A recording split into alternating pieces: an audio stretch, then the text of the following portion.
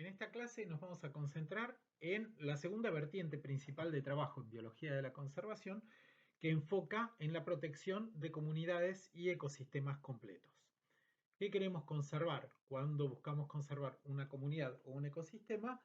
Bueno, los elencos de especies, la diversidad, la riqueza biológica de esos sistemas y por supuesto los procesos responsables de la aparición y del mantenimiento de esa diversidad. ¿Por qué es importante la diversidad de especies? ¿Por qué el número de especies y las proporciones con las que se presenta cada una de ellas en las comunidades es significativa? Porque la riqueza de especies se sabe está asociada con la productividad de los ecosistemas. Distintas especies tienen distintas estrategias para captar energía y para transformar nutrientes del ecosistema, y entonces la productividad normalmente se reduce cuando un ecosistema se empobrece en especies. Además, los ecosistemas empobrecidos tienen menor resistencia a las invasiones biológicas, ya que faltan actores ecológicos que cumplen determinadas funciones y esos huecos pueden ser ocupados, esos recursos vacantes, por especies nuevas al sistema. Y además, cuando cae la riqueza de especies y aumenta, por ejemplo, la dominancia de alguna de las presentes, aumenta también el riesgo de llegada y establecimiento y dispersión de enfermedades. Pero ¿de qué hablamos cuando hablamos de diversidad biológica? Hay tres variantes conceptuales que son importantes al momento de entender a qué estamos haciendo referencia. La diversidad alfa, la diversidad beta y la diversidad gamma. En este gráfico estamos representando una comunidad biológica y cada una de las figuras de las estrellas de diferente color está simbolizando individuos de distintas especies. Entonces, primariamente tenemos la diversidad alfa. La diversidad alfa indica el número de especies por unidad de superficie. En este caso, por ejemplo, tenemos 4 parcelas de muestreo, por ejemplo, en las que hemos contado la diversidad de especies, digamos, de árboles en un ecosistema forestal.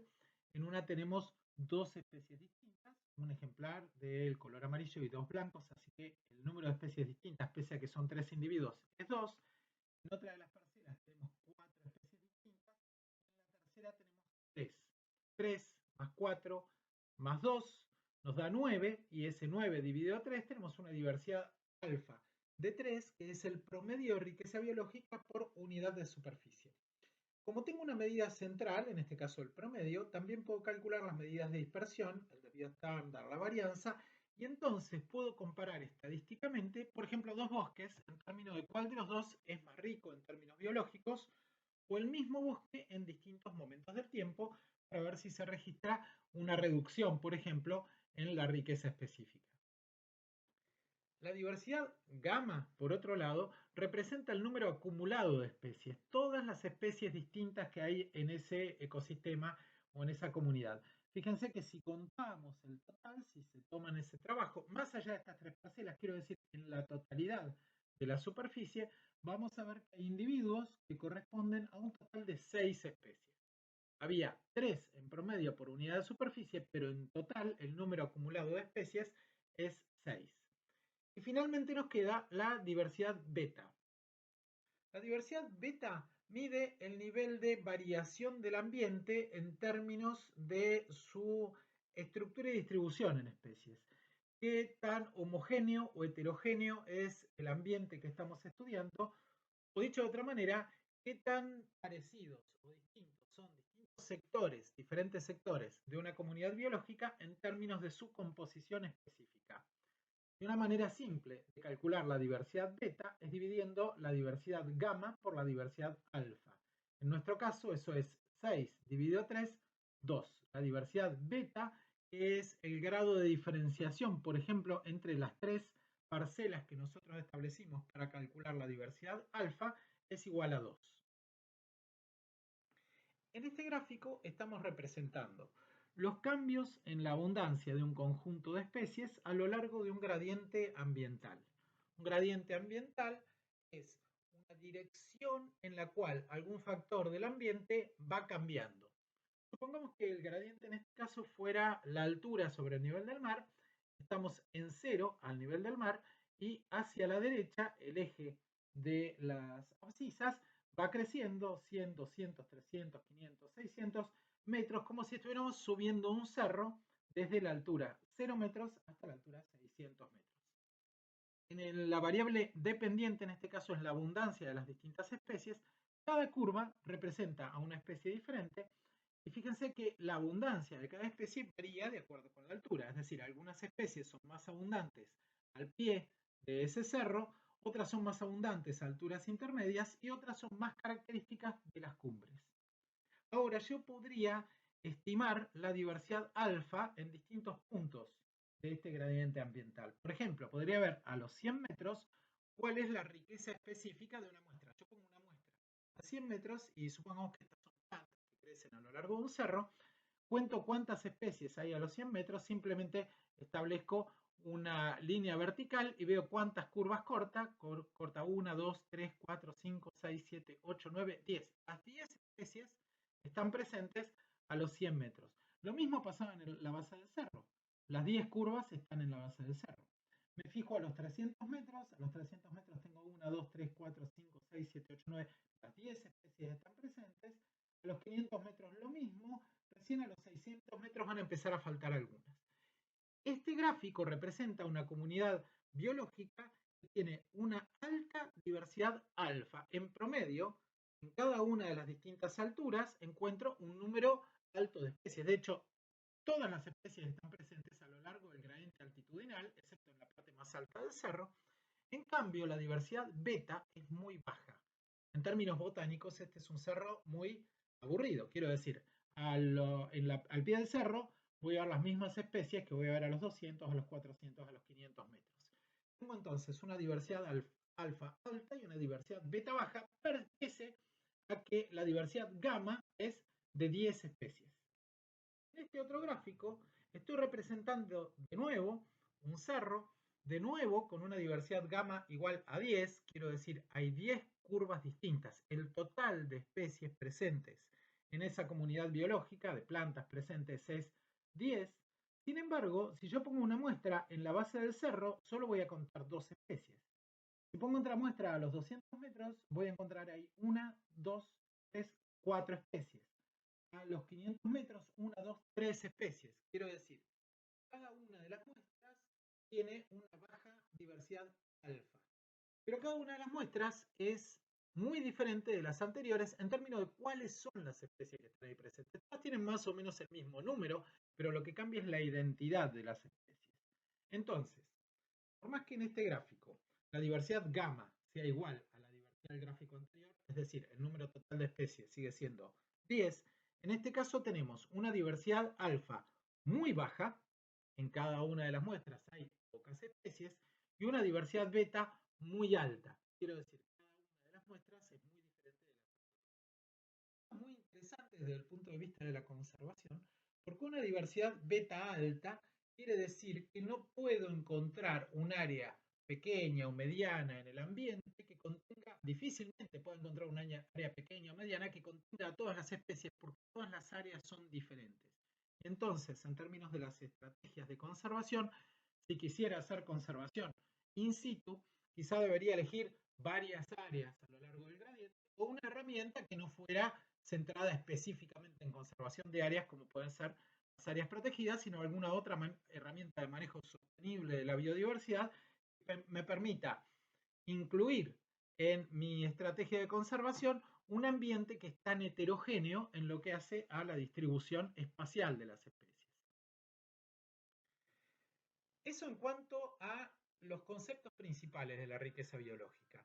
Pero, ¿de qué depende la cantidad de especies que yo encuentre en un lugar? Bueno, hay un montón de variables que van a determinar eso. Por supuesto, si estoy estudiando un área tropical, espero encontrar más especies por unidad de superficie en una región templada. En un área con mayores precipitaciones, normalmente voy a encontrar más especies que en un área semiárida o árida. Pero para los mismos biomas, en general, hay algunos factores que son particularmente importantes para definir la riqueza biológica y uno que es muy importante es la superficie, el área. Cuanto más grande es la superficie considerada, mayor es la cantidad de especies que espero encontrar. Si yo mido el número de especies de árboles en una hectárea, voy a encontrar 10, 15, 20 especies, si duplico el área a 2 hectáreas, probablemente encuentre más especies y así sucesivamente. Probablemente que tenga una muestra que incluya toda la diversidad, es decir, la diversidad gama de ese ecosistema. Ya si sigo aumentando y me salgo de ese ecosistema y fuera del bosque incluyo un pastizal o un humedal o un arbustal, ahí aparecen otras especies que son representativas de otra comunidad. Pero en general esto ocurre. Aumento el área, aumenta la riqueza biológica. ¿Por qué? Áreas mayores incluyen mayor cantidad de especies, o al revés. ¿Por qué cuanto más pequeña es una superficie de hábitat, menor es la cantidad de especies que puedo encontrar ahí dentro? Bueno, primero porque menor superficie implica menor diversidad de hábitats. Si el área es más grande, es más probable que encuentre partes de suelo diferente o encuentre dentro de mi área sectores más bajos donde puede haber acumulación de agua o sectores que incluyen determinadas especies vegetales con las que se asocian ciertas especies de fauna. Entonces, mayor superficie, mayor diversidad de hábitats, mayor diversidad de hábitats, mayor cantidad de especies.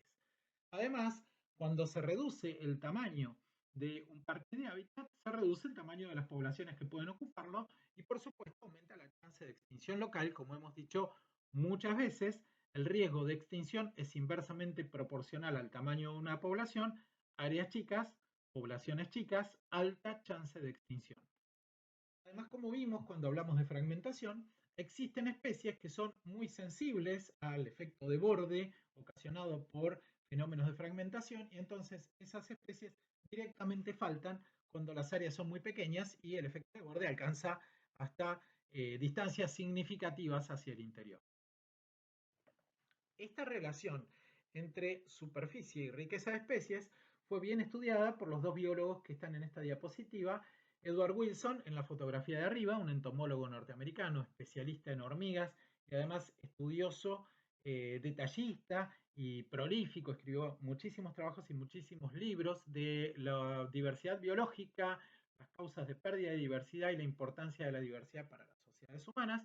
Y abajo, Robert MacArthur, un ecólogo genial que falleció muy joven, pero que escribió muchísimos trabajos significativos para la ecología, incluyendo conceptos que tienen que ver con la competencia y el nicho ecológico. Juntos escribieron lo que se llama teoría del equilibrio de la biogeografía de islas. Esta teoría explora la relación entre el tamaño de una isla y su cercanía al continente en lo que hace a la riqueza de especies. Así, MacArthur y Wilson decían que las islas grandes y cercanas al continente tienen más especies que las islas pequeñas alejadas del continente. ¿Por qué? Bueno, el número que hay en una isla, el número de especies que existen en una isla en el equilibrio, ¿qué quiere decir en el equilibrio? A veces las islas oceánicas son, por ejemplo, de origen volcánico, como vimos cuando hablamos de especies invasoras y presentamos el caso del archipiélago de Hawái.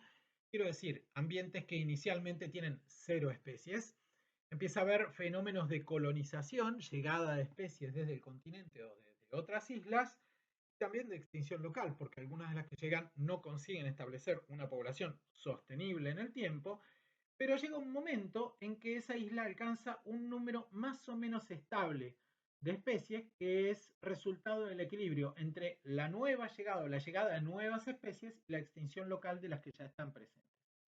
Dicen MacArthur y Wilson, las islas que están cerca del continente tienen más chances de ser colonizadas. Por supuesto, más especies pueden alcanzar esas islas simplemente porque están más próximas a las poblaciones fuente. Incluso hay especies que tienen capacidades de dispersión más limitadas y entonces solo van a poder colonizar islas que sean cercanas.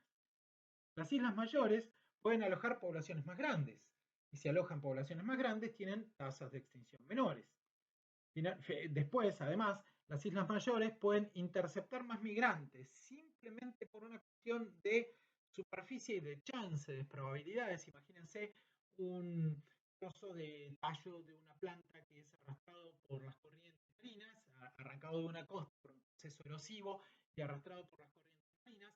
Las chances de que encalle en las playas de una isla grande son mucho mayores de que eso ocurra si la isla es pequeña, por una cuestión de probabilidad de llegada a islas mayores, entonces tienen mayores tasas de colonización.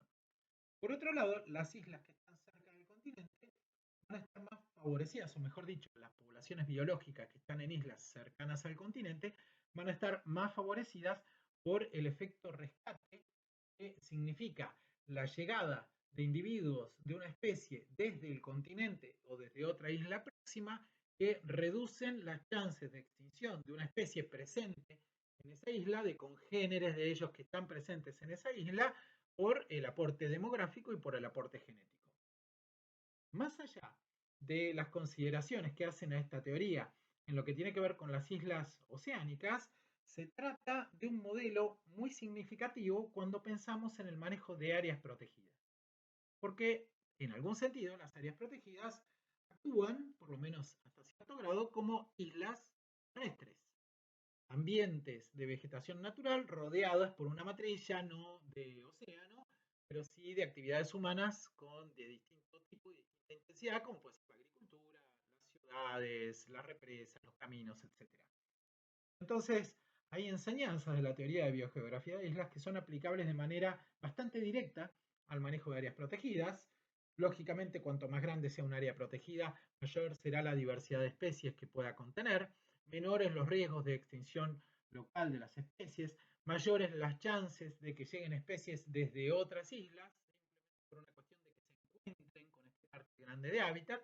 Y lo mismo, si mi reserva está cerca de otra área de vegetación natural, mayores serán las probabilidades de recibir migrantes que ejerzan ese efecto rescate y en consecuencia menores las probabilidades de extinción local. Esto es importante a la hora de considerar que el manejo de las áreas protegidas no tiene que ver estrictamente con lo que sucede desde sus límites hacia adentro, sino de manera particularmente importante con lo que ocurre con el contexto ambiental en el que están inmersas. Hay un tipo de islas que resultan particularmente relevantes desde el punto de vista de la conservación y son las que se llaman islas con puente terrestre. Es decir, no territorios que surgen por actividad volcánica en el medio del océano, sino ambientes que alguna vez formaron parte del continente y que por algún motivo quedan aislados, como podría ocurrir, por ejemplo, con una montaña que se separa del resto del contexto geográfico a partir de un aumento en el nivel del mar. En las áreas protegidas eso es típico, pero no por una cuestión de elevación del nivel del agua, sino muchas veces por el fenómeno de deforestación o de cambio en general del ambiente que rodea a un parche de vegetación natural, que hace que un sitio originalmente continuo respecto del contexto del paisaje ahora quede rodeado ya no por agua, sino por una matriz de actividades antrópicas notablemente distintas de la unidad de vegetación natural de la que estamos hablando. En esos casos se produce un fenómeno interesante que se llama relajación. Fíjense, esta curva representa cómo cambia el número de especies a medida que pasa el tiempo para una isla oceánica, de las que hablábamos que aparecen por fenómenos submarinos, digamos, por erupción de volcanes submarinos en el medio del océano, como pasó con Hawái y con otros archipiélagos oceánicos, desde el momento cero, desde el inicio de la aparición de ese territorio insular, empieza a crecer la riqueza de especies y ese crecimiento tiene que ver con un balance positivo entre colonización y extinción. Quiero decir, hay más colonizaciones y extinciones, aunque hay épocas en las que la tendencia, la pendiente de la curva es negativa, épocas malas en las que hay más extinciones locales que colonizaciones, pero la riqueza de especies de la isla va creciendo hasta alcanzar un equilibrio. ¿Ese equilibrio de qué depende? Bueno, según la teoría de MacArthur y Wilson, y si todo lo demás es igual, depende de qué tan cerca o lejos esté esa isla del continente o de otras islas con condiciones ecológicas similares, y además también de la superficie de la isla. Cuanto más grande sea, más arriba será ese equilibrio, es decir, podrá alojar mayor cantidad de especies. Cuanto más cerca esté del continente, también más arriba será ese equilibrio. Eso es para islas oceánicas. Esto es lo que ocurre, en cambio, en las islas con puente de tierra. Quiero decir, territorios que en el tiempo cero forman parte de un área mucho más grande, pero que a partir de ahí quedan aisladas, entonces sufren un proceso de empobrecimiento biológico que termina también en una situación de equilibrio, que nuevamente tiene que ver con la superficie de ese parche de vegetación que queda rodeado por actividades humanas y de la distancia que tiene a otras áreas con características biológicas semejantes. Entonces, lo que sucede en este caso es que tenemos una tendencia al empobrecimiento biológico dentro del área. Por supuesto, no estoy hablando del contexto. En el contexto, imaginamos, por ejemplo, un bosque continuo, muy grande, es fragmentado y se avanza con agricultura y solo quedan 1.500 hectáreas de bosque. En el contexto agrícola, la inmensa mayoría de las especies, y en particular las especies vegetales, se van a perder. Quiero decir, la riqueza va a caer a nada o a muy, muy, muy poco respecto del original. Pero dentro de esas 1.500 hectáreas también va a haber un empobrecimiento biológico porque muchas de las especies que originalmente estaban ahí adentro lo estaban gracias al contexto ambiental que rodeaba esas 1.500 hectáreas, que era el mismo tipo de vegetación que permitía, por ejemplo, que las poblaciones de ciertas especies fueran mucho más grandes, pues no estaban limitadas a esa superficie de 1.500 hectáreas. Entonces, en el punto cero acá lo que ocurre es el fenómeno de fragmentación, insularización, el ambiente queda rodeado de una matriz diferente, por ejemplo agrícola, a partir de ahí predomina la extinción local sobre la colonización y se alcanza un equilibrio que también tiene que ver con la distancia a otros relictos de vegetación y con la superficie. Si este parche en vez de 1.500 hectáreas midiera 2.000, 3.000 o 10.000, este equilibrio estaría más arriba. Cuanto más grande es un fragmento, mayor es la cantidad de especies que puede contener en el equilibrio. Si estuviera más cerca de otras áreas de vegetación natural, también este equilibrio estaría más arriba. Desde el punto de vista de la conservación, la lección parece bastante clara. Cuanto más grande sea un área protegida, mejor en términos de la cantidad de biodiversidad que puede contener. Lo mismo cuanto más cerca esté de otras áreas con características similares. Y ese más cerca no es solo una medida objetiva en kilómetros, también tiene que ver con las características de la matriz, por ejemplo. Cuanto más fácil de transitar sea la matriz que lo separa de otros ambientes naturales, mayor la probabilidad de que las especies puedan ir y venir y protagonizar este efecto rescate del que hemos hablado ya varias veces. Estos son algunos conceptos teóricos de la biología, la ecología de comunidades que son relevantes para la conservación. Ahora vamos a pensar un poco en las herramientas más clásicas para conservar ecosistemas y comunidades biológicas completas. Antes de eso, quería presentar este concepto, que es el concepto de relajación, que sería la magnitud del empobrecimiento biológico que se da a partir de la fragmentación. Cuanto más pequeño sea el relicto, mayor será la relajación. La relajación que es la caída en el número de especies que habitaban un área cuando el hábitat estaba conectada respecto de las que quedan en equilibrio cuando el área queda aislada. Si es muy pequeña, mayor relajación. Si está separada del continente, o no del continente, sino de otras áreas de vegetación natural, también más intenso el fenómeno de relajación. Entonces, pensando en herramientas de conservación de comunidades y ecosistemas. Una de las cuestiones clásicas, de las ideas clásicas, es que no podemos conservar una comunidad pensando en los requerimientos de conservación de cada una de las especies presentes. Eso sería prácticamente imposible. Y entonces lo que hacemos es concentrarnos en componentes biológicos, ya sean especies o procesos ecológicos que resulten clave para el sostenimiento, el mantenimiento de la riqueza específica a largo plazo. Así tenemos especies críticas, especies que hacen una contribución desmesurada a la estructura y a los procesos de un ecosistema. Quiero decir, especies cuya abundancia parece no alcanzar para explicar completamente lo importantes que son para el ecosistema. Son mucho más importantes de lo que uno puede pensar simplemente por su abundancia en un sitio determinado. Lo mismo con las interacciones ecológicas. Existen interacciones ecológicas como la polinización o la dispersión de semillas, que son particularmente críticas para un conjunto completo de especies. ¿Recuerdan cuando vimos los fenómenos de fragmentación y hablábamos de los escarabajos estercoleros, los efectos de los cambios climáticos dentro de los fragmentos que reducían el éxito de cría de estos animales? Eso bajaba la abundancia, bajaba la efectividad ecológica en la dispersión de semillas, cambiaba la estructura del bosque y cambiaba entonces la composición completa de las comunidades biológicas. Estamos hablando de una especie o un conjunto de especies, de una simbiosis, que es la dispersión de semillas, que resulta fundamental para la abundancia no solo de los árboles que dispersan, sino de conjuntos completos de especies biológicas. Entonces, detectar esas especies críticas o esos procesos críticos puede ser un atajo muy importante al momento de manejar un ecosistema. No puedo manejarlo completo, especie por especie, pero sí puedo encontrar estos puntos de control, esta especie de sintonías que, de ser adecuadamente manejadas, pueden ayudarme a cambiar el rumbo en el que se desplaza un ecosistema completo. Estas especies críticas son especies que afectan a otras especies o especies que procesan materiales de manera desproporcionada, como decía, su abundancia, especies que tienen requerimientos ecológicos muy estrictos o que tienen vínculos particularmente fuertes con otras especies, como el caso de la dispersión de semillas por escarabajos del que estábamos hablando. Algunas de estas especies críticas se conocen con el nombre de especies clave o keystone species.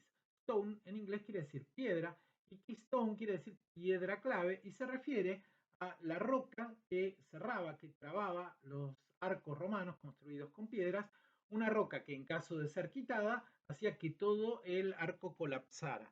El sentido de este concepto entonces es: se trata de especies de cuya presencia o incluso de cuya abundancia depende la presencia y la abundancia de muchas otras.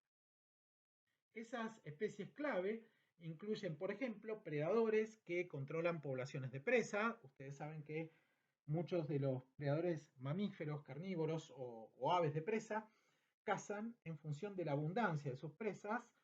De acuerdo con la teoría de forrajeo óptimo de la ecología, cazarán minimizando el esfuerzo de búsqueda y manipulación de las presas y maximizando la recompensa energética. Entonces, en general, se concentran en las presas más abundantes. Eso hace que se mantengan altos niveles de equitatividad en la comunidad, que ninguna de las presas sea excesivamente abundante, porque cuando es muy abundante, la atención de los predadores se concentra en ellos y la abundancia baja, en estos procesos que se llaman de regulación de arriba hacia abajo o top-down. Entonces pueden ser especies clave. Dependiendo de la presencia y de la abundancia de estos predadores, variará la composición de comunidades completas de presas. Lo mismo, especies clave pueden ser especies que proporcionan recursos en épocas particularmente críticas, especies que mantienen procesos ecosistémicos claves, y a veces no se trata de una especie en particular, sino de conjuntos de especies, como estos que nombraba, predadores, grandes carnívoros o dispersores de semillas, que juegan roles ecológicos semejantes.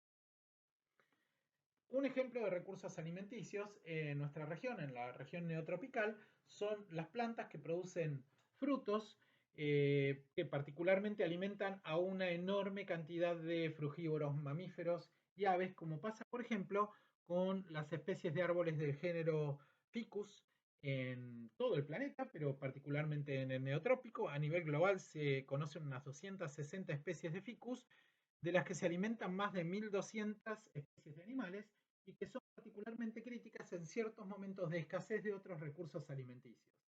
Entonces, regulando la abundancia de árboles del género Ficus, puedo estar asegurando la conservación del recurso alimenticio clave para un conjunto completo de especies. Algo parecido ocurre en América Latina, en Sudamérica, por ejemplo, en las selvas tropicales y subtropicales, con la abundancia de palmeras que también producen enormes cantidades de frutos, particularmente importantes para muchas especies. Otro concepto que es distinto del de especie clave es el de especie paraguas o especie sombrilla. Una especie paraguas es una especie que tiene requerimientos ecológicos particularmente estrictos o amplios, por ejemplo, que requiere superficies muy grandes para completar su ciclo de vida, tiene áreas de actividad muy extensas, de manera tal que podría pensar que en caso de conservarlas de forma efectiva, estaré conservando a muchas otras que son mucho más modestas en sus requerimientos ecológicos. Quiero decir, si un área protegida en el nordeste de Argentina, por ejemplo, tiene una superficie suficiente para conservar una población de aguaraguazú, seguramente el área sobre para especies de pequeños mamíferos, de aves, de invertebrados, etc. Ese es el concepto de las especies sombrías. Se asume entonces que estas especies representan las necesidades que tienen muchas otras que son más modestas en cuanto a lo que requieren del hábitat. Sin embargo, este concepto ha sido muy poco testeado y hay algunos trabajos en los que se demuestra que esto no siempre es así. Por ejemplo, en esta publicación de Daniel Rubinoff para este pajarito Polioptila californica, un musicápido, un insectívoro de tamaño pequeño de los arbustales de California en Estados Unidos, en el sudoeste de los Estados Unidos, una especie que depende de uno de los ecosistemas silvestres más amenazados en Estados Unidos continental. Y esta especie fue considerada durante mucho tiempo una especie sombrilla hasta que este trabajo puso a prueba esa idea. Se entendía que si un relicto de arbustal nativo en el sur de California era suficientemente grande para que allí se detectara Polioptila, también sería suficientemente grande o sobraría área, por ejemplo, para la conservación de especies de invertebrados como las mariposas. Hay varias especies que están categorizadas como amenazadas entre los lepidópteros en California. Entonces se decía, si en un parche hay Polioptila californica, el parche es lo suficientemente grande como para que estén estas mariposas. Sin embargo, eso no se había testeado y Rubinoff en este trabajo lo que hace es mostrar que en realidad de 3 especies de mariposas que se pretendía conservar junto con esta especie de ave, al menos 2 de ellas son más sensibles a la fragmentación, quiere decir, requieren parches de hábitat más grandes que la especie que se consideraba especie paraguas que garantizaba su conservación. Esto respecto de especies clave y especies sombrilla. También dijimos que nos podemos concentrar en procesos ecológicos más que en componentes biológicos, que en especies presentes en el ecosistema. Conservar ecosistemas a través de la regulación de procesos ecológicos clave, es decir, de aquellos factores biológicos o no biológicos que son particularmente importantes para mantener la diversidad biológica en un área.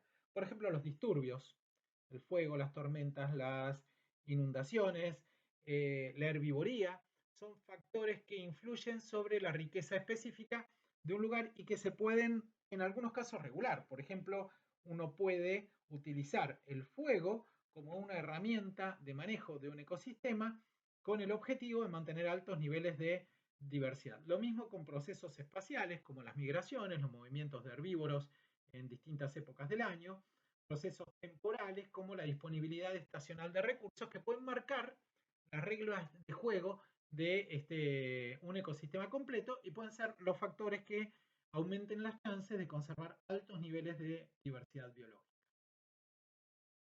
Por ejemplo, los disturbios, los patrones de disturbios, la frecuencia con que ocurren los disturbios, la intensidad de los disturbios, por ejemplo, la frecuencia de los fuegos, la intensidad de los fuegos, el área que abarcan los incendios, influyen en la dinámica de llegada y extinción local de especies y determinan los patrones espaciales de la diversidad biológica.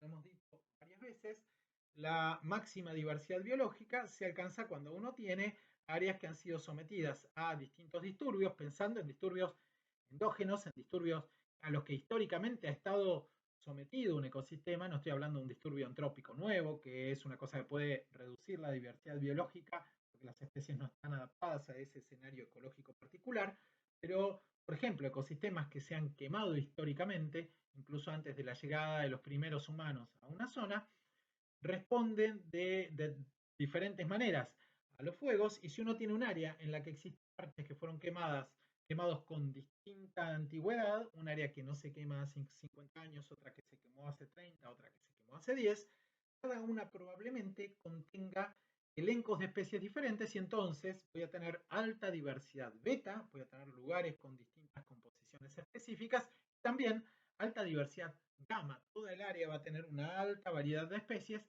gracias a que contiene sectores con distintas características biológicas por haber sido afectados por un disturbio en distintos momentos. El fuego, en particular, es un factor ecológico que es muy significativo en praderas, en sabanas, en arbustales, sobre todo en áreas de climas mediterráneos. Y es afectado por actividades humanas como la fragmentación. La fragmentación modifica la frecuencia y la extensión de los incendios naturales. Si cambio la frecuencia, la extensión y la intensidad de los incendios, estoy cambiando una de las fuerzas que modelan, generan y sostienen la diversidad biológica en ese ecosistema. La ausencia de fuego puede ser vista como un factor negativo en el desempeño ecológico de un sistema que ha estado atravesado por el fuego a lo largo de su historia evolutiva. Esto no quiere decir que hay que quemar cualquier ecosistema, ni siquiera aquellos que han tenido el fuego como un protagonista histórico presente antes de que llegaran los primeros humanos al área inclusive, pero sí que tenemos que pensar que la ausencia de fuego es un factor artificial. Que no haya fuego puede ser tan poco natural para un ecosistema como que no haya lluvia, porque el fuego es parte de la dinámica de ese sistema. En esos sistemas, entonces, si no hay fuego, se acumula materia seca, eso hace que la recuperación, el ciclado de los nutrientes se haga más lento, se reduce así la productividad primaria, se acumula materia seca y eso también hace que cuando hay un incendio la intensidad sea mayor y eventualmente un incendio de mayor intensidad pueda matar semillas del banco de semillas del suelo. Algunas especies además están adaptadas a colonizar ambientes inmediatamente después de los incendios y si los incendios ocurren a intervalos muy espaciados o dejan de ocurrir en un área, por ejemplo por manejo preventivo del fuego, las semillas de las plantas pioneras que germinan inmediatamente después de un incendio y que están vivas en el suelo desde que fueron producidas por plantas que crecieron después del último incendio, pueden morir y entonces ya se pierde diversidad biológica por la desaparición de esas especies oportunistas. Algunas especies además necesitan los recursos que brindan esas especies y aprovechan esos parches, esos estadios sucesionales tempranos para obtener recursos de hábitat, alimento, áreas de anidación, etc. En las sabanas, en los ecosistemas dominados por arbustos y por gramíneas, la ausencia de fuego además está asociada con una pérdida de riqueza específica, pérdida de diversidad biológica por un incremento en la abundancia de especies leñosas. Entonces, la falta de fuego, aunque en algunos casos resulte contraintuitivo, puede ser un factor tan grave como un fuego que se repite con altísima frecuencia y que afecta a la comunidad biológica. Algo parecido ocurre con la herbivoría. Algunas reservas, algunas áreas naturales, algunos ecosistemas requieren de la actividad de los herbívoros que puede ser importante para mantener altos niveles de variabilidad, de diversidad biológica en la comunidad vegetal. En ausencia de los herbívoros, dominan las especies palatables, avanzan sobre otras que son menos sensibles a la actividad de, por ejemplo, grandes ungulados y baja la equitatividad, aumenta la dominancia y entonces baja la riqueza biológica. En algunos casos, inclusive, el rol de los herbívoros puede estar ejercido, aunque sea temporariamente, por herbívoros exóticos, lo que a priori puede sonar una contradicción desde el punto de vista de la conservación, pero funcionalmente y bajo determinadas condiciones, por ejemplo, de abundancia, puede ser que la herbivoría por herbívoros exóticos sea mejor que la ausencia completa de herbívoros en ecosistemas que han evolucionado con herbívoros. Un ejemplo es el Parque Nacional Palo Verde en Costa Rica, un área protegida creada para la conservación de aves acuáticas que contiene bosques de cinacina, de Parkinsonia aculeata, el árbol que también es nativo en nuestro país. Ese árbol recibe el nombre de palo verde, por eso el nombre del Parque Nacional. En ese parque había ganado y en algún momento de su historia, de la historia de manejo, se decidió sacar el ganado bovino, porque bueno, una especie exótica invasora tenía que salir del parque. Al sacar el ganado, produjo un crecimiento muy grande de totoras, de tifa, esta especie monocotiledónea que crece asociada a los cuerpos de agua, en tal densidad que cerraron los cuerpos de agua y las especies de aves acuáticas, que eran el objetivo principal de conservación de la reserva, se fueron a otro lado. El objetivo de conservación se perdió por la idea de que una especie debía ser excluida simplemente por el hecho de ser una especie exótica. De hecho, se reintrodujo el ganado para recuperar esos ambientes y entonces recuperar el objeto de conservación del parque. Claro, no todos los fuegos son iguales. La presencia de herbívoros no siempre es lo mismo. Depende de la frecuencia y de la intensidad del disturbio y del tipo de disturbio. No todos los herbívoros son iguales para el efecto que tengan sobre la diversidad. Y hay un concepto en ecología de comunidades y ecosistemas que se conoce como hipótesis de disturbio intermedio, se dice que el número de especies en un ecosistema alcanza niveles máximos cuando la intensidad o la frecuencia del disturbio es intermedia. Si el disturbio se produce con intensidades muy bajas, quiero decir, una vez cada muchísimo tiempo, por debajo de la tasa histórica de ocurrencia de ese, las especies más competitivas dominan las comunidades y en consecuencia baja la riqueza biológica. Si el disturbio, por ejemplo incendios, se producen todo el tiempo con altísima frecuencia, con mucha más frecuencia que la natural, solo unas pocas especies pueden tolerar esas condiciones y entonces también la riqueza biológica cae. Y solo tengo valores de riqueza biológica máxima en situaciones de frecuencia o intensidad intermedia del disturbio. Así, por ejemplo, en los pastizales del sur de la provincia de Buenos Aires, en pastizales naturales, se ha observado que la riqueza de especies y la densidad total de aves son mayores en zonas que tienen niveles intermedios de pastoreo, aún niveles intermedios de pastoreo de herbívoros exóticos. Lugares donde está excluido por completo, está excluida la herbivoría, por ejemplo, por caballos y marrones, el pasto es muy alto y muy cerrado y son pocas las aves que pueden colonizar esos sitios. Lugares donde hay sobrepastoreo, el pasto es muy bajo, prácticamente no hay matas que protejan la actividad de anidación, los huevos de las aves de pastizal en particular están expuestos a la actividad de predadores oportunistas y ahí también hay bajos niveles de riqueza de aves y de abundancia de aves, en particular de aves típicas de pastizal, y en cambio en lugares donde la densidad de herbívoros es intermedia, ahí sí encontramos los mayores niveles de riqueza de aves.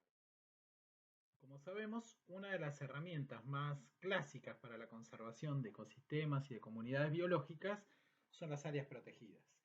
Y cuando hablamos de áreas protegidas, la primera pregunta es ¿cuáles son los criterios más apropiados para decidir dónde crear un área protegida? Lo primero que tenemos que decir que en muchos casos no se realizan, no se toman decisiones basadas en una objetividad biológica o ecológica, sino que se aprovechan oportunidades, áreas marginales de bajo valor económico o la donación de tierras por parte de algún particular, situaciones que resultan en la creación de un área y entonces que en realidad no es que hemos elegido el mejor lugar, sino que el área se creó en el lugar que se podía crear. De nuevo, como hemos dicho varias veces, hay que tener cuidado al momento de confundir herramientas con objetivos. Quizá las áreas protegidas no son la herramienta más idónea para cumplir con algún objetivo de conservación y simplemente se crean nuevas áreas protegidas por una cuestión de aumentar la cantidad de área bajo protección legal y en algunos casos ni siquiera esas áreas terminan de implementarse en el terreno y son lo que se llama reservas de papel. Existen en las leyes, pero en la realidad no cambian de manera significativa la realidad de conservación. ¿Cuáles son los criterios más comunes si uno va efectivamente a decidir desde el punto de vista de la conservación cuál es el mejor lugar para crear un área nueva? Bueno, elegir lugares con alta diversidad de especies, conservar especies raras, ambientes o especies amenazadas, elegir áreas que sean lo más grandes posibles, áreas que reduzcan el efecto de borde, áreas rodeadas de entornos particularmente importantes. Nos puede interesar un entorno que minimice el efecto de borde, aunque en algunos casos se crean áreas protegidas en lugares donde se desarrolla alguna actividad productiva para que eventualmente se pueda medir el efecto de esa actividad. Áreas que tienen altos niveles de pristinidad, es decir, que están en condiciones de baja alteración por actividades humanas, que representan la diversidad de una región, que son productivas, particularmente productivas en términos ecológicos, por ejemplo, para sostener poblaciones de especies de aves migratorias, o a partir de criterios estratégicos, como por ejemplo sectores que son importantes para actividades de investigación o de monitoría ambiental. En muchos casos, las áreas protegidas se crean con la idea de proteger alguna especie particularmente vulnerable. En ese caso tenemos que tener en cuenta que la superficie tiene que ser lo suficientemente grande como para contener una población viable de la especie, y eso no solo tiene que ver con la superficie, sino por supuesto también con la calidad del ambiente que contiene desde el punto de vista de los requerimientos de la especie. Pensar en la dinámica de metapoblaciones, como hablamos en una de nuestras clases anteriores, que el área no vaya a ser un área sumidero, quiero decir un área donde la natalidad es menor que la mortalidad y que solo alberga a la especie porque hay llegada de individuos de otro sector todo el tiempo, y además entender cuáles son las causas que hacen que esa especie sea vulnerable o esté amenazada, porque en muchos casos no alcanza con el establecimiento de un área protegida para neutralizar esos factores de amenaza. Desde el punto de vista del tamaño del área, como ya vimos, cuanto mayor es un área, mayor es la diversidad biológica que puede contener, mayor el tamaño de las poblaciones de distintas especies que pueden estar ahí dentro, también mayores opciones de manejo, mayor chance de, por ejemplo, copiar el régimen natural de disturbios, de fuego o de caída de árboles que hay en el ambiente natural. Eso no quiere decir que las áreas protegidas chicas, pequeñas, no tengan valor, pueden ser particularmente importantes para conservar áreas, recursos de hábitat críticos para especies amenazadas. Un área protegida pequeña puede contener toda la población de una especie que es endémica de un sector limitado, o además desde el punto de vista estratégico, por ejemplo, permiten crear sectores de conservación en proximidad de centros urbanos importantes que pueden ser particularmente valiosas, por ejemplo, para la educación ambiental. Con respecto a la forma, obviamente pensando en un efecto de borde que normalmente es negativo de la matriz hacia adentro, queremos formas de áreas protegidas que minimicen la relación perímetro-superficie, es decir, formas que sean lo menos intrincadas que sea posible para que el contacto con la matriz no sea tan significativo. En términos geométricos, la forma circular es la más adecuada, pero claro, importa mucho el tipo de actividades que se desarrollan en el entorno, en el contexto de la reserva, y de nuevo lo más importante es tratar de armonizar las acciones de conservación con contextos ambientales dedicados a una producción más o menos sostenible que puedan actuar como extensiones de la propia superficie de la reserva o al menos como áreas de amortiguación de los efectos de borde. El entorno entonces puede ser visto como una fuente de problemas o eventualmente como una fuente de ventajas en cuanto a las posibilidades de que al menos parte de la diversidad biológica protegida dentro de la reserva pueda utilizar recursos de hábitat del contexto de paisaje. Lo mismo al momento de crear un área protegida, tendríamos que pensar justamente a escala de paisaje y observar cuál es la distancia a la que esa área queda respecto de otros sectores de vegetación natural o de otras áreas protegidas, de manera tal de aumentar las chances de conservar efectivamente altos niveles de diversidad a largo plazo, como ya vimos que predice la teoría de equilibrio de biogeografía de islas.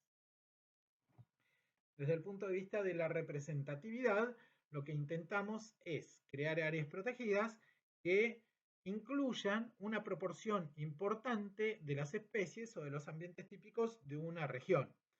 El problema es que puede haber, si solo nos guiamos por representatividad, pueden quedar fuera sectores que contengan menos especies, pero algunas que sean particularmente, que sean específicas, particulares de ese sitio, como especies endémicas, microendemismos, especies que ocupan áreas muy pequeñas, y entonces no alcanza con considerar únicamente la cantidad de especies y que también representa toda la región. En realidad, ninguno de estos criterios por sí solo es suficiente y lo más común en los sistemas de selección de múltiples opciones al momento de crear un área protegida es la generación de índices donde tenemos los distintos parámetros de valoración que hemos estado presentando en estas últimas diapositivas, organizados en una expresión matemática que permite detectar las áreas que tienen mayor valor desde el punto de vista de su contribución a la conservación de la biodiversidad en caso de que la reserva se instale en ese sitio. En términos de estrategia de conservación, idealmente deberíamos planificar no reserva por reserva, sino desde el punto de vista de la conservación de la biodiversidad completa, considerando que el conjunto de reservas, los sistemas de áreas protegidas en su totalidad, incluyan una muestra representativa de los distintos ambientes en una región y entonces una reserva, un sitio para crear una reserva será particularmente bueno cuando incluya una especie o un ambiente que no ha sido suficiente o que al momento no está suficientemente bien representado en el resto de las áreas protegidas. Claro, todo eso tiene que ver con la conservación dentro de parques nacionales y de reservas naturales en general. Sin embargo, sabemos que la mayor parte de la diversidad biológica ocurre fuera de las áreas protegidas, en áreas que están destinadas a una actividades de producción, de distintos tipos de producción. Por más que se intenta alcanzar niveles significativos de representación de los ecosistemas en las áreas protegidas y que las metas de conservación propuestas actualmente por el Convenio de Diversidad Biológica apuntan a llegar a un 30% de la superficie del planeta bajo efectiva conservación. Muchas de esas unidades de conservación, de hecho, coinciden con actividades productivas. Entonces, el desafío es encontrar formas de producir recursos que sean compatibles con la conservación de la biodiversidad. Hay un trabajo muy interesante en paisajes del norte de Europa en el que se demuestra la importancia de las áreas productivas para la conservación de especies de plantas y de especies de aves. En este paper se plantean distintos escenarios, cada uno más complejo que el anterior en cuanto a su estructura, en cuanto a la variedad de ambientes que contiene. El escenario más simple tiene cultivos y bordes de campos, además de caminos. El escenario 2 tiene eso mismo, cultivos, bordes de campos y caminos, más pasturas naturales y mejoradas. El tercero incluye todo lo anterior, más campos abandonados y humedales. El cuarto, todo lo anterior, cortinas y campos forestales, cortinas de árboles contra el viento y campos forestales. Y el más complejo de todos es lo que tiene el 1, el 2, el 3 y el 4, más bosques naturales. Estos autores lo que hicieron fue comparar cómo variaba la riqueza de especies en estos 5 escenarios ambientales que, como se fijan, en ningún caso incluyen áreas protegidas. En todos los casos son ecosistemas más o menos silvestres, algunos intensamente transformados como los cultivos, otros con características naturales mayores como los bosques naturales, pero en ningún caso áreas protegidas. Son otros componentes del paisaje. En este trabajo se demuestra que el escenario 5, que es el más complejo, tiene 10 veces más especies de plantas y 20 veces más especies de plantas nativas que el escenario más simple.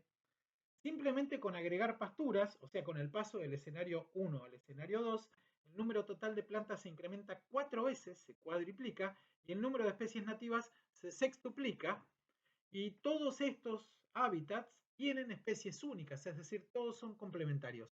Son en muchos casos ambientes productivos y en todos aportan un conjunto de especies diferente que los demás, y cuanto más complejo es el paisaje, lógicamente mayor es la riqueza biológica. Pero fíjense cómo en este trabajo esa idea general está respaldada por datos y cómo se muestra que se puede conservar diversidad biológica de manera efectiva aún fuera de unidades dedicadas específicamente a la conservación como son las áreas protegidas. Este es un gráfico que muestra cómo al pasar del escenario 1 al 2, al 3, al 4 y al más complejo, el número 5, aumenta la riqueza total de plantas, la riqueza de plantas nativas y también la riqueza total de aves. De nuevo, mayor complejidad de estructura del paisaje, mayor riqueza biológica, y entonces podemos pensar en escenarios de ordenamiento territorial, de distribución de las actividades productivas, que resulten en una diversificación de formas de uso del suelo que contengan mayores niveles de biodiversidad, aún sin crear ningún área protegida. Podríamos agregar un sexto escenario que fuera todo esto más algún área protegida en una región, seguramente habría un salto importante en la diversidad biológica, pero vean cómo aún las actividades productivas aportan a la conservación de biodiversidad. Algo semejante pasa cuando pensamos en herramientas de conservación que tengan que ver con el uso sostenible de especies silvestres. Por ejemplo, en América del Sur tenemos un caso muy bien conocido, que es la explotación sustentable de las vicuñas. Las vicuñas viven en la región andina de Argentina, Chile, Perú, Ecuador y Bolivia, por encima de los 3.000 metros sobre el nivel del mar. Esta especie fue utilizada históricamente por los habitantes humanos de América del Sur. En los procesos de colonización europea, por supuesto, la tasa de extracción de animales aumentó significativamente. Se supone que en la época del Imperio Inca había alrededor de 1,5 millones de vicuñas habitando estos ambientes andinos. En los años 50, 1950, mitad del siglo pasado, había 400.000 y en 1965 quedan solamente 6.000 animales. De 1,5 millones pasamos a 6.000 animales. La situación fue tan crítica que en el año 1975 ingresan al apéndice 1 del Convenio Internacional para el Comercio de la Fauna Silvestre, sus productos y subproductos, el CITES, lo que quiere decir que su comercio está prohibido, completamente prohibido. Actualmente las poblaciones se están recuperando, pero su conservación no se basa en la protección estricta, sino en el uso sostenible de los recursos asociados a la vicuña, particularmente el pelo. El pelo tiene un valor textil muy alto y entonces se ha conseguido posicionar a la vicuña como un producto que ahora sí se puede exportar, se puede comercializar, y al uso sostenible como una herramienta de conservación. Lo que alguna vez fue una amenaza se ha convertido en una herramienta para proteger a la especie. Esto es un chacu, es una batida, es un arreo comunitario de vicuñas. Las vicuñas son arreadas y son manejadas con técnicas cuidadosas para minimizar el estrés de los animales y evitar cualquier daño que se les pueda causar y para proceder a la esquila. Esto hacían los incas, pero estas personas que están en la fotografía, algunos de ellos seguramente descendientes de Inca y otros no, están trabajando en un chacu contemporáneo, en un chacu actual, promoviendo este uso sostenible de la vicuña como una herramienta de conservación. Así que la dicotomía uso o conservación puede ser salvada si se desarrollan actividades con una base comunitaria fuerte, con conocimiento ecológico y conocimiento del comportamiento de la especie lo más detallado posible, monitoreo cuidadoso y regulaciones que eviten la sobreexplotación. Este mapa representa la provincia de Corrientes y fíjense que es uno de los típicos mapas en los que se detallan las actividades productivas. Lo que tenemos en la zona central y superior de la figura son los esteros de Liberá, y en los esteros de Liberá se han dibujado 3 cabezas de yaguareté, y en las referencias lo que tenemos representado por los yaguaretés es producción de naturaleza.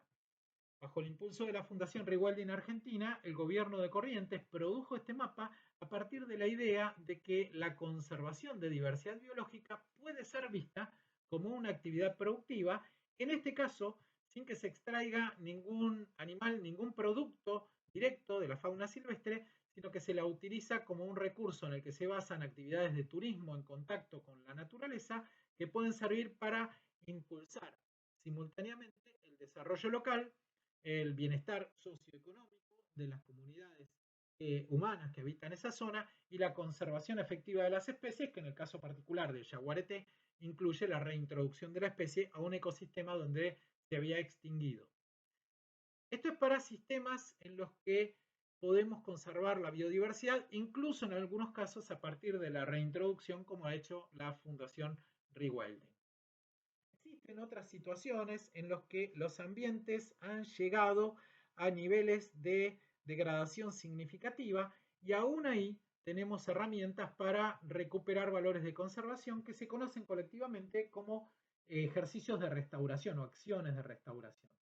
La restauración ecológica trabaja sobre ambientes que hasta hace poco tiempo se consideraban perdidos desde el punto de vista de la conservación.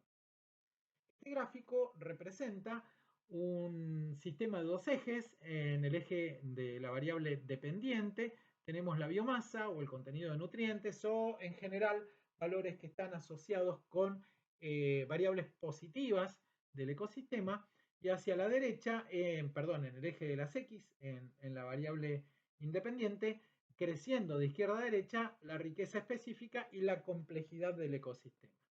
Tenemos un ecosistema, una situación de ecosistema degradado a partir de un ecosistema original que fue sujeto a alguna actividad humana que redujo la riqueza de especies, la complejidad, lo volvió un sistema más pobre en términos biológicos, más simple en términos ecológicos también, con menor biomasa, menor contenido de nutrientes, y la restauración lo que intenta es recuperar el ecosistema original. Si uno no hace nada, eventualmente el ecosistema puede recuperarse espontáneamente en cierto grado. Normalmente sin intervención es prácticamente imposible llegar al ecosistema original o algo que se le parezca. En algunos casos, aun cuando se libere la presión humana, la situación se puede hacer todavía más grave por procesos internos del propio ecosistema degradado.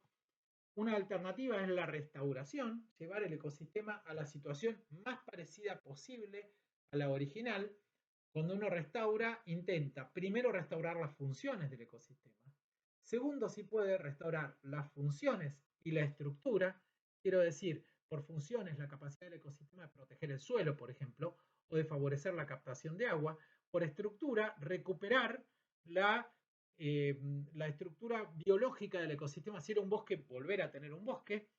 Y finalmente, si puedo recuperar la funcionalidad y la estructura, sería deseable, o es deseable en general también como objetivo de máxima, recuperar la composición. Yo recupero la función si el ecosistema vuelve a prestar el servicio ecosistémico original. Si además presta ese servicio recuperando la estructura, donde había un pastizal vuelve a haber un pastizal, donde había un bosque vuelve a haber un bosque. Y tercero, el objetivo de máxima, recupero función, recupero estructura y recupero composición. El bosque o el pastizal están conformados por los elencos de especies originales del sistema, ese es el objetivo de máxima.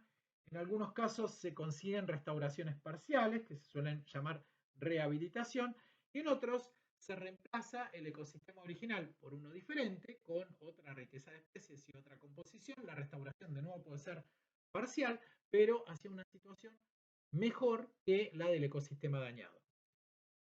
Con esto terminamos de ver las herramientas clásicas de manejo de ecosistemas basadas en conceptos teóricos de la ecología de comunidades y ecología de ecosistemas, siempre con el objetivo final de evitar, compensar, mitigar o corregir problemas que tienen que ver con la pérdida de diversidad biológica, de resiliencia y de funciones de los ecosistemas.